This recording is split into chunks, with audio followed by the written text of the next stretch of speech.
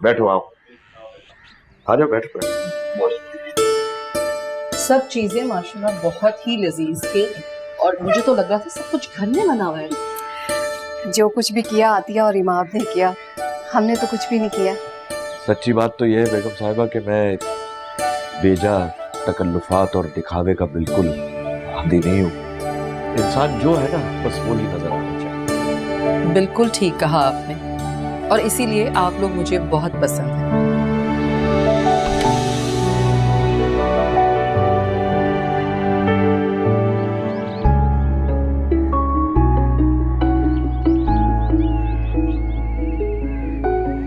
मैं आज यहाँ आपके पास एक खास बात करने के लिए आई हूँ। अतिया को देखकर मुझे बहुत खुशी होती है। मैंने जैसी लड़की अपनी बड़ी बहू के तौर पर सोच रखी थी ना, अतिया बिल्कुल वैसी ही। मैं आपसे अपने बड़े बेटे साइम के लिए अतिया का हाथ मांगती हूँ।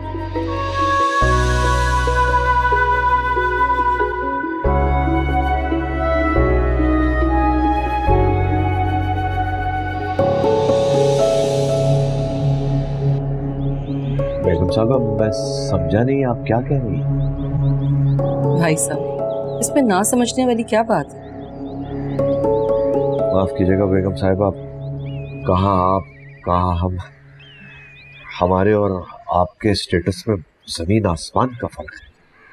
भाई साहब, आपके खदशात बिल्कुल दुरुस्त हैं, लेकिन मैं आपको एक बात बिल्कुल वाजे कर दूं कि हमारे ख़ानदान में स्टेटस से ज़्यादा इज्जत और शराफत को वैल्यू किया जाता है। आप चाहें तो साइम के बारे में भी मालूमात करवा सकते हैं। अरे नहीं नहीं मैडम, ऐसी कोई बात नहीं है। अशरफ के कहने का ये मतलब नहीं था।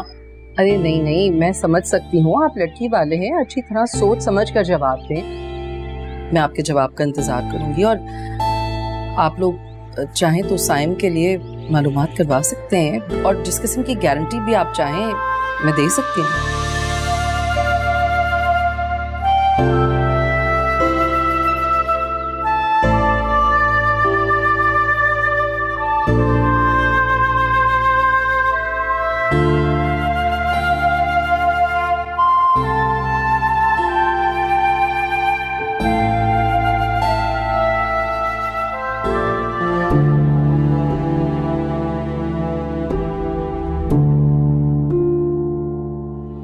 क्या हुआ मम्मी, आप कुछ परेशान लग रही हैं। कुछ कहीं तो सही अम्मी। क्या बोलूं मैं? जब बेटा घर बनाने की बजाय घर बेचने की बात करे तो माँ के पास बोलने के लिए रह क्या जाते?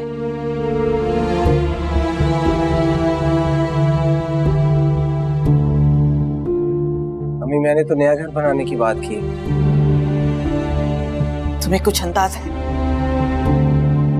कि इस घर की बुनियादों में मेरे और तुम्हारे बाप के कितने ख्वाब दफन है? हमारे कितने अरमानों का कत्ल हुआ तब जाके ये घर बना। कुछ अंदाजा है तुम्हें? लगता है आपने मेरी आधी बात सुनी। हाँ, आधी बात सुन के मुझे तुम्हारे इरादों का अंदाजा हो गया।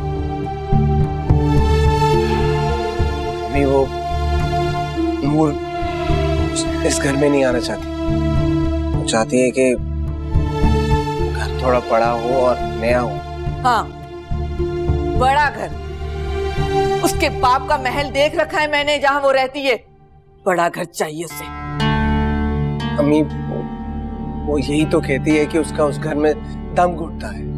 तो तुम कर्ज लेकर बड़ा घर बनाओगी? अम्मी हर बड़ा घर तकरीबन ऐसे ही बना है, कर्ज लेकर। जुनेद, एक बेवकूफ लड़की के पीछे भागने की बजाय अपनी चादर देखकर पांव फैलाओ। जिन लोगों ने भी बिला वजह कर्ज लिया है, जिंदगी भर जिल्लत की दलदल में फंस कर रह गए। और घर बेचकर घरवाली को खुश नहीं करना चाहिए। और वो तो भी सिर्फ तुम्हारी मंगेतर है। तो क्या करूं अम्मी? नूर से रिश्ता तोड़ दो, गला घोंट दो अपनी मोहब्बत का? आप ये चाहती हैं? क्या करूं? उसे समझाओ कि तुम्हारी हैसियत यही है। तुम अपनी हैसियत से बढ़ के उसे कुछ नहीं दे सकते। लेकिन अम्मी उसकी डिमांड इतनी बड़ी नहीं। खूबसूरत घर हर औरत का ख्वाब है। औरत अपना घर खुद बनाती है। तो फिर चले आए हम, चलकर उसे इस घर में लाने की बात करते हैं। ठीक है, फिर कल चलते हैं और मैं नूर से खुल के बात करूंगी कि आइंदा मेरा घर बिकवाने की बात भी नहीं करे।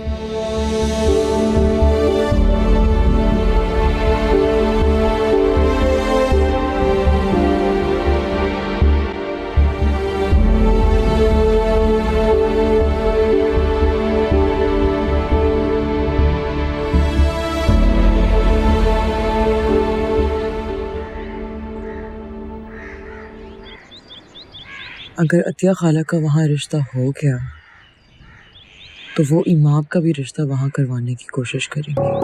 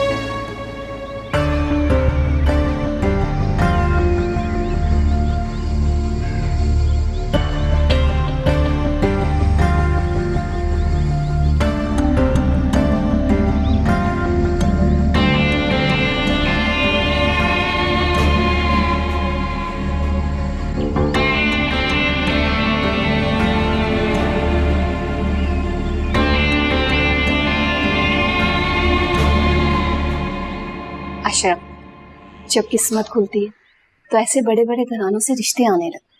इसमें परेशान होने वाली क्या बात? ये किस्मत है या बदनसीबी जो तुम्हारी बहन की वजह से हमारे घर के दरवाजे पे दस्तक दे रही है? अल्लाह से खैर मांगे। आप अतिया से हर वक्त बदगुमान क्यों रहते हैं? और हमने तो सोचा भी नहीं था कि इतने बड़े घर से रिश्ता आ सकता है। नहीं भाई, मेरा दिल तो बहुत घबरा रहा है, कहीं फ्रॉड ना हो। और इतनी अमीर खातून अतिया का रिश्ता क्यों मांगेगी भाई? इसमें घबराने की क्या जरूरत? आप उन लोगों के बारे में पूछ-पूछ कर लें। मेरी बहन की नीयत साफ, उसके लिए ऐसा ही रिश्ता आना था। और आप देखिएगा, इमाम के लिए भी ऐसा ही रिश्ता आएगा। भाई मैं बड़े घरों में रिश्तेदारी कायम करने का कायल नहीं, और आजकल तो ऐसे ऐसे फ्रॉड हो रहे हैं जिसे हम सादा लोग समझ ही नहीं सकते। वो ठीक कह रहे हैं अम्मी, मुझे भी इस रिश्ते की समझ नहीं आ रही। नूर, तुम तो चुप ही रहो। समझने की कोशिश करें, उन लोगों को इतने सारे गिफ्ट्स देने की क्या जरूरत थी? बिल्कुल ठीक कह रही है, वो हमें लालच दे रहे हैं, हमें फांसने की कोशिश कर रहे हैं। वो लोग अमीर लोग हैं, उनको अमीर से अमीर और खूबसूरत लड़की मिल सकती है, तो अतिया खाला क्यों? मतलब कि ना वो खूबसूरत है ना उनका अपना घर है, तो मुझे तो समझ नहीं आई इस रिश्ते की। मैं भी तुम्हारी माँ को यही समझाने की कोशिश कर रहा हूँ। आप मुझे मत समझो, आप खुद समझने की कोशिश करें। किस्मत बार बार दरवाजे पर दस्तक नहीं दिया करती। किस्मत नहीं, धोखा हमारे दरवाजे पे दस्तक दे रहा है। लालच में मत आओ। अशरफ, मुझे वो लोग धोखेबाज नहीं लगते। जो लोग धोखेबाज लगते हैं वो धोखा दे नहीं सकते। और मुझे तो लगता है कि अगर अतिया खाला का हमने यहाँ रिश्ता कर दिया तो हम किसी बहुत बड़ी मुसीबत में फंस जाएंगे।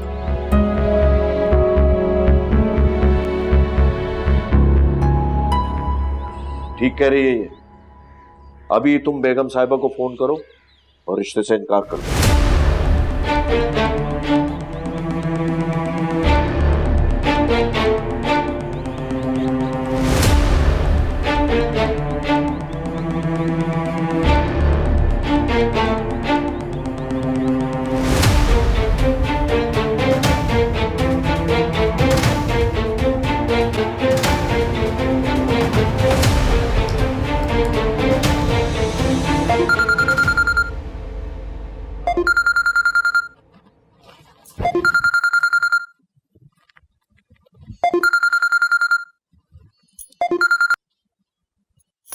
हाय असम। कैसी हैं आप लोग? मैं ठीक हूँ, आप कैसे हैं? मैं भी बिल्कुल ठीक हूँ। लगता है मुस्कुरा रही हो। आपको कैसे पता? क्योंकि जब भी आप मुस्कुराती हैं मुझे दुनिया की हर चीज खुश और मुस्कुराते हुए महसूस होती है।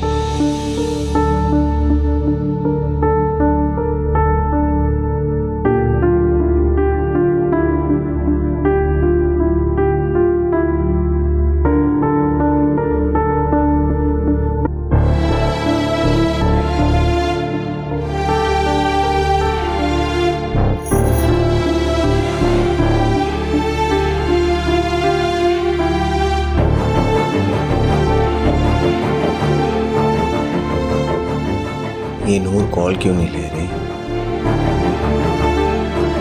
कि वो लोग अभी भी उसके घर बैठे हुए हैं।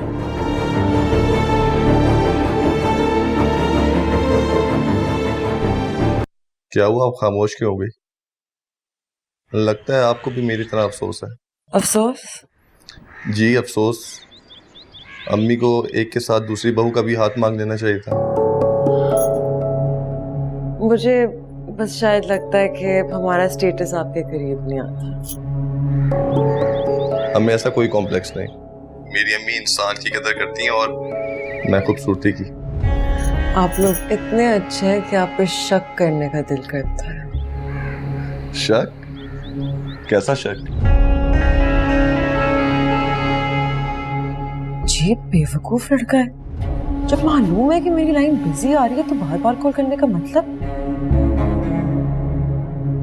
अरे आप किस उलझन में हैं? मुझे बताएं, मैं आपका सारा शक दूर कर दूंगा।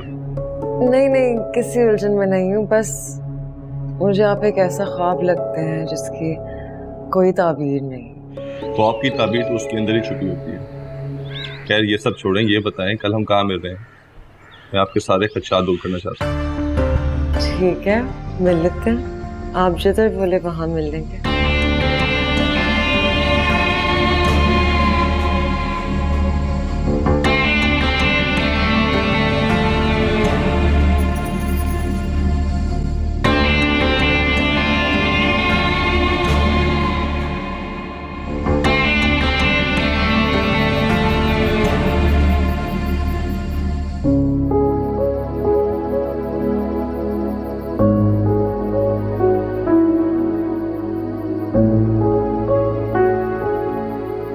क्या बात है अम्मी? परेशान लग रही हैं आप। हाँ बेटा, परेशान तो हूँ मैं। क्या बात है, बताएं मुझे। बेटा, तुम्हारे अबू अतिया की शादी साइम से नहीं करना चाहता। वो कह रहे हैं कि मैं उन्हें मना कर दूं। लेकिन क्यों, वजह क्या है? पता नहीं किस बात का खौफ है उन्हें।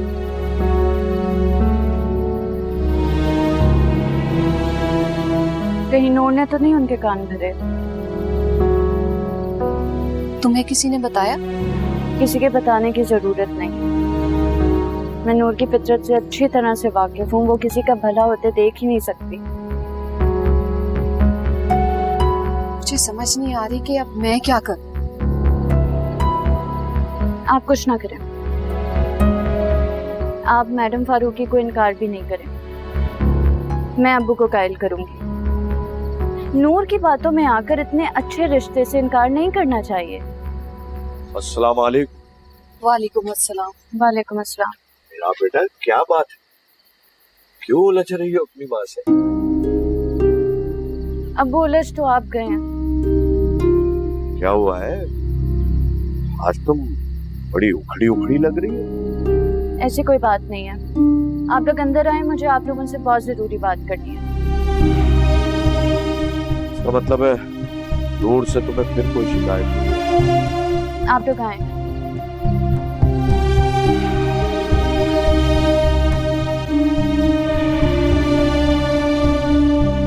मैं तुम्हें क्या बताऊं जुनैद, उफ, मेरी तो जान पे भरी हुई है, मैं बहुत परेशान। क्यों, क्या हुआ? नहीं, मैंने तुम्हें बताया तो था, मैडम फारूकी आई हुई है, बैठी हुई है। तो क्या उन्होंने मना किया था कॉल उठाने से मेरी? नहीं नहीं, उन्होंने सच में अतिया खाला का रिश्ता मांग लिया है। क्या वाकई? हाँ, न जाने क्या गेम करने वाला है। तुम मामू को कहो मना कर दे। कह दिया है, अब वो तो वैसे ही इस रिश्ते पे एग्री नहीं करते। तो फिर प्रॉब्लम क्या है? प्रॉब्लम वो लोग, पहले जब मैडम फारूकी आई तो उठने का नाम नहीं ले रही थी, फिर जब वो फाइनली गई तो लंबे लंबे कॉल कर रही थी। जब तुमने मुझे फोन किया तब वही थी मेरे साथ फोन पे। तुम्हें कॉल क्यों कर रही थी? किसी ने उन्हें बता दिया कि अब्बू मेरी बात सुनते हैं, तो वो कह रही थी कि मैं उन्हें राजी करूं। बस मैं तो तंग आ गई हूँ, मैं तो जान छुड़ाना चाहती थी, लेकिन वो इतनी ढीठ है कि जान छोड़ना ही नहीं चाहती। तुम फिक्र ना करो, मैं उनका बंदोबस्त करता हूँ, तुम्हारी जान छुड़वाता हूँ उनसे। तुम क्या करोगे इस मामले में? करना क्या है, कल अम्मी को भेजता हूँ तुम्हारे घर, जाकर कहेंगी कि हमारी अमानत हमारे हवाले करो और ये अपने झगड़े तुम लोग खुद निपटाओ। नहीं नहीं जुनैद, ऐसा बिल्कुल मत करना, वो पहले ही बहुत परेशान है, और अगर वो पुप्पो को मना कर दे तो? तुम जानती हो मामू अम्मी को इनकार नहीं करते। ठीक है, तो उसका ये मतलब है कि तुम अपने और मेरे वादे भूल गए हो। मैं कुछ नहीं बोला, तुम्हारी हर ख्वाहिश पूरी करूंगा। मैं अभी शादी नहीं कर सकती। नूर, तुम्हारे बगैर गुजरते लम्हे जाया होते महसूस हो रहे हैं। दौलत कमाने की दौड़ में जिंदगी क्यों जाया करें? शादी के बाद मिलकर तुम्हारी पसंद का घर बनाएं। सुबह तक के लिए खुदा हाफिज, ख्याल रखो, बाय।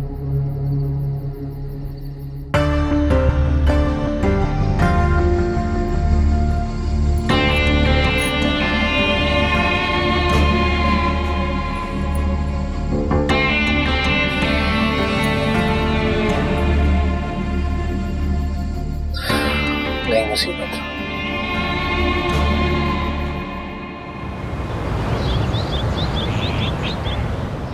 भाभी नूर कहाँ है? उसे बुलाएं, मुझे उससे कुछ बात करनी है। मार्केट तक गई। जब भी मैं आपके घर आती हूँ नूर घर पे नहीं होती। होती कहाँ है ये? वो अपने कपड़े, जूते और मुख्तलिफ चीजें बनाने में मसरूफ है। मैं भी कहती हूँ अच्छी बात है, जो चीज बन जाएगी शादी में काम आ जाएगी। भाई साहब, मैं आज शादी के बारे में बात करने आई हूँ आपसे। हाँ सफिया, मैं भी यही चाह रहा हूँ कि अब ये फर्ज अदा हो ही जाए। तो फिर देर किस बात की है? तारीख दे देना आप मुझे। सफिया, मुझे अभी थोड़ा सा वक्त चाहिए। लेकिन भाई साहब,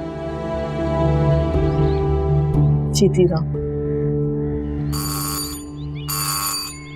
कौन आ गया? शायद जुनेद आया होगा, उसने मुझे कहा था कि मैं जल्दी आ जाऊंगा। इमा बेटा, जरा देखो दरवाजे पे कौन आया। जी। भाई साहब, अब मुझे बताएं, आपको वक्त क्यों चाहिए? शादी तो हम लोग सादगी से करेंगे, खामोखा दिखावा करने की क्या जरूरत है? नहीं सफिया, दिखावे की बात नहीं है। मैं चाह रहा था कि इमाम का भी कोई मुनासिब रिश्ता मिल जाए तो मैं दोनों की शादी एक साथ करूं। इमाम का अगर कहीं रिश्ता तय हो जाएगा तो फिर आप लोगों को अतिया की फिक्र हो जाएगी। मैम प्लीज आइए। Thank you. अस्सलाम वालेकुम। आइए आइए। वालेकुम सलाम। माफ कीजिएगा, मैं आप लोगों को बगैर बताए आ गई आज। नहीं नहीं, ऐसी बात नहीं है, आप तो बड़े अच्छे मौके पर आई। इनसे मिलिए, ये अशरफ की बहन सफिया हैं। अस्सलाम वालेकुम। वालेकुम जी। और ये मैडम आमना फारूकी। अच्छा अच्छा, तो आप हैं मैडम फारूकी, बहुत खुशी हुई आपसे मिलकर। हमारी छोटी बेटी नूर का रिश्ता इनके बेटे जुनेद से तय कर रखा है। अच्छा, माशाल्लाह जी, बहुत मुबारक हो आपको। बहुत बहुत शुक्रिया। आइए। बैठे प्लीज। जी आइए। जी, थैंक यू। बैठिए। इमाम बेटा, जरा चाय वगैरह का बंदोबस्त कर। जी अबू जी। और बेगम साहिबा, कैसा चल रहा है आपका इंस्टीट्यूट? बहुत अच्छा चल रहा है, बल्कि सच कहूँ तो अतिया और इमाम ने बहुत ही अच्छे तरीके से सब कुछ संभाला हुआ है। फिर क्या सोचा आप लोगों ने? बेगम साहिबा, बहुत सोचा, मगर क्या? अरे आज तो खुशकिस्मती से आपकी बहन भी आई हुई है। भाई मैंने तो सोचा है कि आज आप लोगों से हाँ करवा कर ही उठूंगी।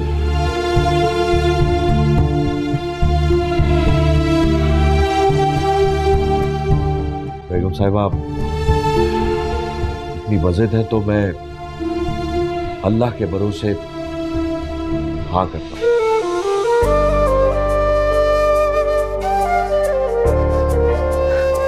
बहुत बहुत शुक्रिया आपका। यकीन कीजिए मैं आज यही उम्मीद लेकर आई थी।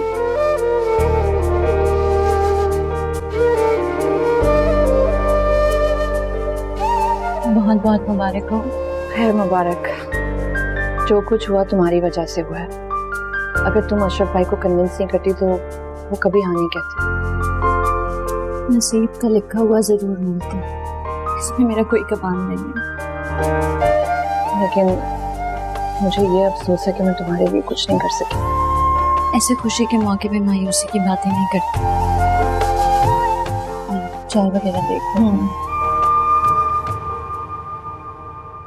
बेटी वाले कमजोर दिल होते हैं, उन्हें कई खदशात डराते रहते।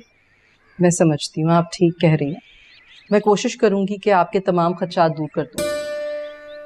ये सब नसीबों की बात है। अल्लाह ताला सबकी बेटियों के नसीब अच्छे करे। आमीन सुमा आमीन। और हमारी अतिया तो है ही बहुत नसीबवान। आप सबको बहुत बहुत मुबारक, और मेरी दुआ है कि ये रिश्ता आप दोनों खानदानों के लिए खुशबख्ती का बायस बने। आमीन। एक सेकंड प्लीज। जी वो जो मैं तोहफे और मिठाइयाँ लेकर आई हूँ ना, वो जरा अंदर ले आए। ठीक है। इसका मतलब ये हुआ कि आप घर से पूरी तैयारी करके निकली थी। मैं हमेशा उम्मीद का दामन थाम कर ही घर से निकलती हूँ। अतिया कहाँ है? बुलवाए ना उसे। जी मैं बुलवाती हूँ। बहुत शुक्रिया, आपने हम लोगों को आपने इस काबिल समझा। कैसी बातें कर रहे हैं आप? आपका बहुत शुक्रिया कि आपने मेरी बात का मान रखा।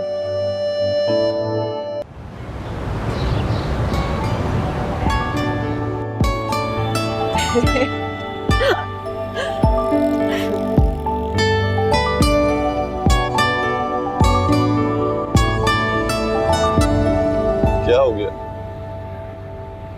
हंसते रहो ना। मैं भरपूर जिंदगी जीना तो चाहती हूँ, बस मुझे डर लगता है कि कहीं हमें किसी की नजर ना लग जाए। मैं तुम्हें दुनिया से चुरा कर कहीं छुपा दूँ, ना कोई देखेगा और ना किसी की नजर लगेगी। तुम इतनी उदास क्यों हो जाती हो? मैं आपको खोना नहीं चाहती। ऐसा सोचना भी नहीं। मुझे जो चीज पसंद आ जाए मैं उसे हासिल कर लूंगा। अगर मैं कोई चीज नहीं जानता हूँ तुम्हें खूबसूरती का शाहकार हो, जिसे बनाने वाले ने बहुत मेहनत से बनाया। आपसे बिछड़कर मैं बुरी तरह से टूट जाऊँ। I love you, मुझे ऐसी ही मोहब्बत चाहिए। मैं आपकी खातिर हर एक से लड़ूंगी। अगर मोहब्बत आपका भी इम्तिहान लेगी, तैयार है? मुझे मोहब्बत का पर्चा लफ्ज पर लफ्ज याद है। क्या लगाया है? नहीं, हर वक्त तुम्हारे बारे में सोचता रहता। खुश रहो। आप मेरे साथ होंगे तो मैं खुश रहूंगी हमेशा। देखो हंसते कितनी अच्छी लगी।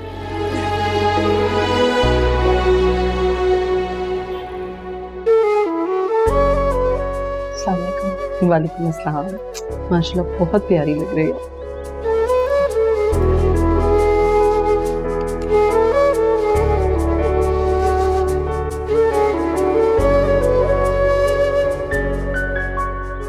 मुबारक। मुबारक हो। मुबारक हो, अल्लाह ताला हम सब के लिए मुबारक हो। आमीन या रब्बुल आलमीन। आप सबको बहुत बहुत मुबारक। भाई साहब, अब अतिया की बात तो पक्की हो गई है, आप मेरी बात पर गौर करें और मुझे शादी की तारीख दे दें। वो क्या, मेरी बच्ची इमाम का अगर। भाई साहब, इमाम का रिश्ता भी हो जाएगा, उसकी फिक्र मत करें। और मैं तो कहती हूँ कि नूर और अतिया की शादी एक ही दिन पे कर दें। क्यों मैडम फारूकी, मैं ठीक कह रही हूँ ना? जी जी, आपने तो मेरे मुंह की बात छीन ली। मैं तो खुद यही चाह रही थी भाई साहब कि मैं अपनी बड़ी बहू को जल्द से जल्द अपने घर ले जाऊं। दरअसल बेगम साहबा, बात यह है कि मेरी रिटायरमेंट होने वाली है चंद महीनों में, और मेरी ख्वाहिश ये थी कि मैं तीनों बच्चियों का फर्ज एक साथ अदा करता हूँ, और इंशाल्लाह इसी दौरान इमाम का भी रिश्ता कहीं ना कहीं तय हो जाए। लेकिन इमाम का रिश्ता तो तय है। जी भाई साहब, मैं आज आप लोगों से इमाम के बारे में भी बात करने वाली थी। मैं इमाम को अपनी छोटी बहू बनाना चाहती हूँ। इमाम मुझे बहुत पसंद है।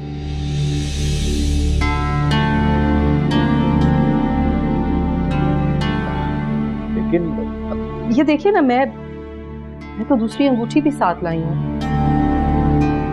अगर आप लोग इजाजत दें तो मैं पहना दूं अंगूठी। लेकिन जी जी, बिस्मिल्लाह करें। बहुत बहुत शुक्रिया आप लोगों का। जी, मुझे यकीन था कि मैं आज ये अंगूठी भी अपनी छोटी बहू को पहना कर जाऊंगी। खुश रहो, जीती रहो।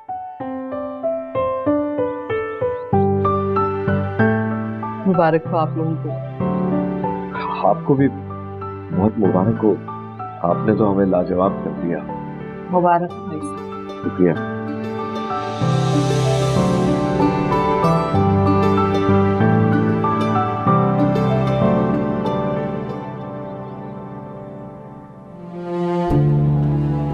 सब कुछ ठीक हो गया, मगर जुनैद के साथ जबरदस्ती मंगनी करवाने की गलती का क्या करूं? फिर अबू ये कान भी भरे कि अतिया का रिश्ता देने से इनकार कर दें। अगर उन्होंने इनकार कर दिया तो असलम से शादी करना और भी मुश्किल हो जाएगा।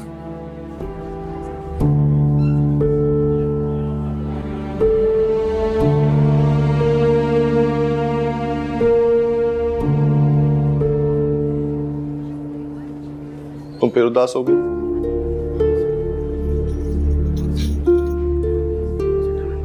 नूर, आखिर प्रॉब्लम क्या है? कोई प्रॉब्लम है तो डिस्कस कर सकते हैं, बताओ मुझे। कोई प्रॉब्लम नहीं है, आप साथ हैं तो क्या प्रॉब्लम हो सकती है? एक प्रॉब्लम हो सकता है। क्या? मुझे पाने के लिए तुम्हें किसी को खोना तो नहीं पड़ेगा।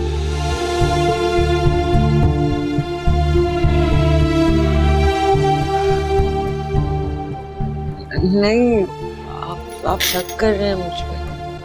शक नहीं, मरने लगता हूँ जब भी ये ख्याल आता है कि तुम किसी और की भी तो हो सकती हो। मैं मर सकती हूँ लेकिन ये नहीं कर सकती। आपसे दूरी क्या एक लम्हा भी मुझे उदास कर देता है। मैं एक लम्हा भी तुम्हें अपने आप से दूर नहीं करूंगा। पक्का? मुझे समझ नहीं आ रहा तुम्हें मुझ पर एतबार क्यों नहीं आ रहा। आप पर एतबार है, अपनी किस्मत पर नहीं है। तुम्हारी किस्मत मैं हूँ, और मेरी अम्मी किसी भी वक्त मेरे लिए तुम्हारा हाथ मांग लेंगे। अगर मेरे घर वालों ने इनकार कर दिया तो? मेरी अम्मी को इनकार करना नामुमकिन। तुम पर उम्मीद रहो। और शादी के बाद तो मुझसे इतनी मोहब्बत करी है। नहीं, इससे भी ज्यादा करो। और तुम? मैं तो मर ही जाऊंगी। कैसे? आपको पाकर खुशी से, या आपको खोकर गम से।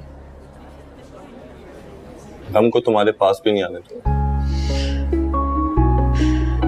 ऐसी हस्ती रखो, बहुत अच्छी लगती।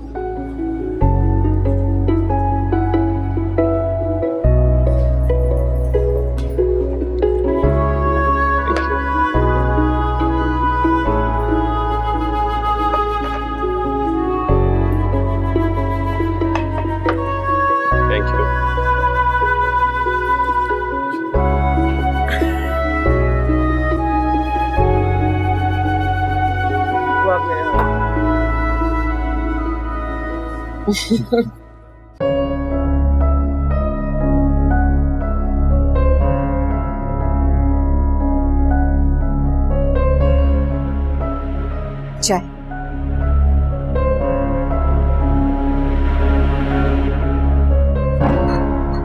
देखा आपने, अतिया की वजह से हमारी इमाम की भी किस्मत खुल गई। वो हुआ जो कभी हमने सोचा भी नहीं था। हाँ शगुफ्ता, लेकिन मेरा दिल मुतमईन नहीं है। फिर क्या हुआ? आपने इतनी छानबीन के बाद अतिया के लिए हाँ की है। और तुमने इमाम से पूछे बगैर रिश्ते के लिए हाँ कर। मैं अतिया और इमाम में कोई फर्क नहीं समझती। बात फर्क की नहीं, इमाम की मर्जी की है, उससे पूछना तो चाहिए था। अशरफ, उन दोनों में बहुत प्यार है, दोनों एक घर में बहुत खुश रहेंगी। हाँ, आप फिक्र ना करें। चलें, आप आराम से चाय पिएं और अल्लाह का शुक्र अदा करें। अल्लाह का तो जिस कदर शुक्र अदा किया जाए कम है। मैं तो कहती हूँ आपकी कोई नेकी काम आ गई। मैं तो बहुत गुनाहगार बंदा हूं, पता नहीं मेरे रब को मेरी कौन सी नेकी भा गई। बस अल्लाह मेरी बच्चियों का नसीब अच्छा करे। नेकी ही तो है, आप हमेशा हलाल रिज़्क घर पे लाएं और मैंने थोड़े पर सब्र किया। शायद अल्लाह को हमारी ये बात पसंद आ गई। बस दुआ करो शगुफ्ता, अल्लाह हमें हमारी बच्चियों की खुशियां दिखाए, किसी की नजर ना लगे। आमीन। तुम आमीन।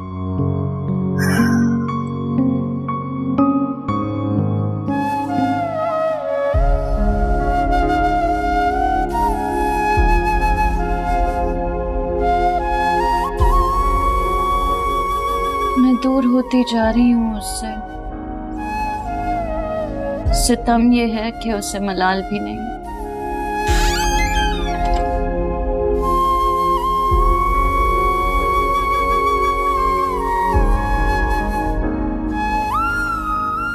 क्या हुआ है मोहब्बत? कुछ नहीं, बस ऐसे ही। तुम्हें तो खुश होना चाहिए इमाम। कुदरत ने तुम्हारी महरूमियों का इतना बड़ा अजाला दिया है। तुम इतनी अच्छी फैमिली का हिस्सा बनने जा रही हो। नूर और जुनैद ने तो कभी सोचा भी नहीं होगा। आपने ऐसा कैसे सोच लिया कि मोहब्बत का कोई नेमल बदल होता है? जिसने तुम्हें ठुकरा दिया उससे कैसी मोहब्बत?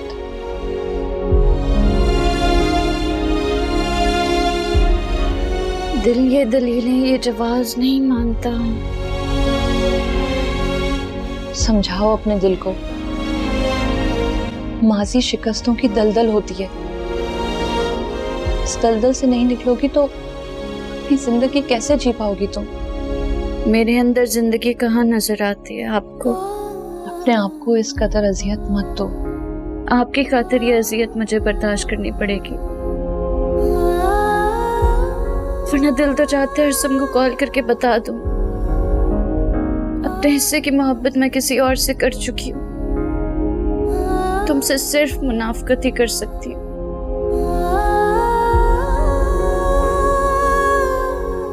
खुदा के लिए माँ। खुदा के लिए नहीं, आपके लिए। आपके लिए ये मुनाफकत जिंदगी भर करने के लिए तैयार हूँ।